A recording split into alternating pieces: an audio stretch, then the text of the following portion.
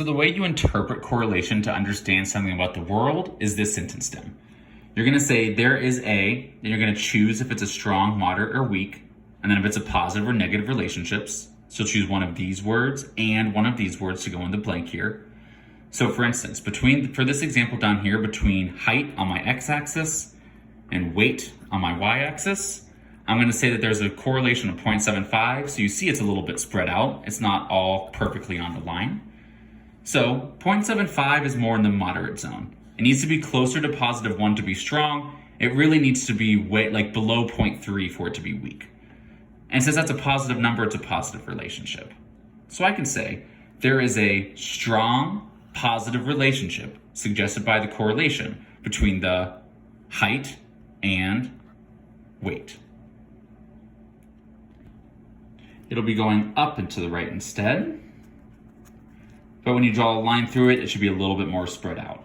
These are going to be moderate relationships versus the strong ones.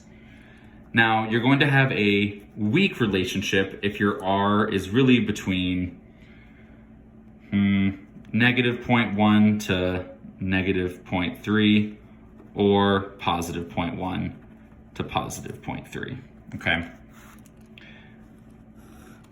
And the weaker the relationship, the more spread out those dots are going to be. They're going to kind of look like a blob that kind of is going down, but when you draw that line through, it's super spread out. Same thing with the positive if you have 0.1 or to 0.3, sort of getting closer to 0. If you draw that line, they'll be really spread out. If you have a correlation that's getting really close to 0 on either the positive or negative end, it's just going to kind of seem random. Super random, where there's not really a way to tell if they're going up or down. There's sort of a blob of dots. Correlation is a way to visually, with a scatter plot, see a relationship between two variables. Correlation specifically is a statistic, which you're always going to see as R, that tells us how strong or weak that relationship is going to be between your X and Y variable, where X is always your independent variable that you're changing around, and your Y is your dependent variable. You want to see if changing X changes Y. R is always going to be between -1 and 1. It'll never be above or below 1 or -1. And that tells you the strength of the relationship.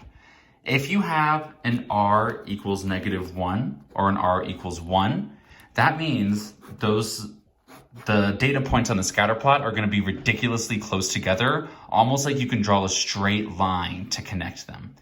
The negative in front of the 1 or the no negative just means if we have a negative strong relationship or a positive, check that spelling, positive strong relationship.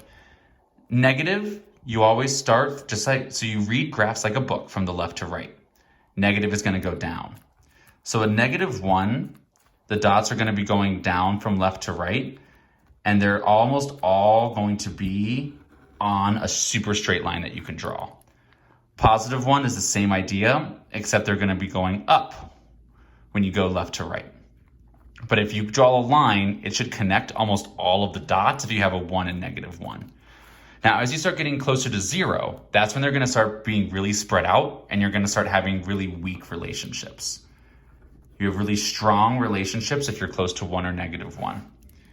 You're going to have a moderate relationship if you have R equal to, I'm going to say 0.3 to 0.7. Maybe 8. We'll make it 8. 0.3 to 0.8. This will be my -1. This will be my +1, okay? Now, if it's more moderate negative, that still means the dots are going to be going down, but they're going to start being a little bit more spread out. You should still be able to see the direction that it's going down together, but when you draw a line straight through it, there should be more spread out than if it's closer to -1 or +1. The positive version will look the same,